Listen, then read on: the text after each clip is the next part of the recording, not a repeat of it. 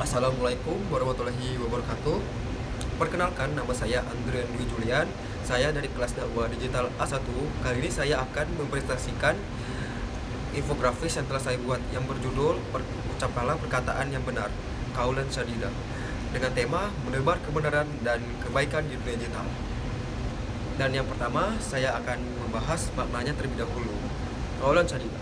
Qaulan Sadida berarti perkataan yang benar, jujur, dan tepat.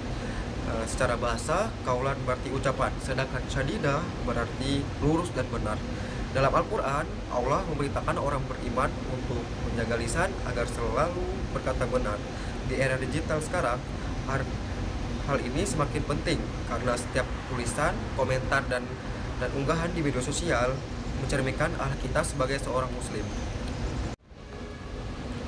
Dan selanjutnya, di dalam infografis yang telah saya buat, ada dua ayat yang berkaitan.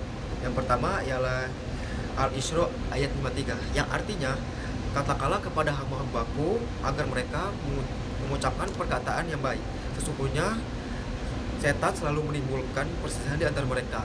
Sungguh setan adalah musuh yang nyata bagi manusia.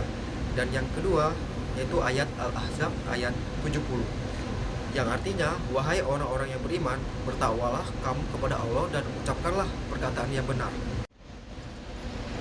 Dan selanjutnya, pada bagian penerapan dalam kehidupan digital, dijelaskan bahwa di tengah derasnya arus informasi, Qaulan Sadida menjadi pedoman penting bagi umat Islam untuk menggunakan media digital dengan tanggung jawab. Untuk setiap kata, komentar, dan unggahan hendaknya lahir dari niat yang baik dan berlandaskan kebenaran.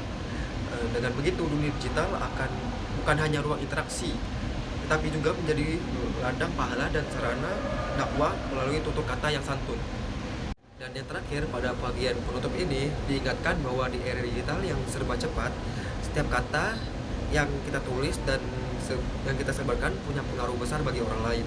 Karena itu penting bagi kita untuk mendalami ajaran Qaulan Sadida dengan berkata benar, jujur, dan membawa manfaat.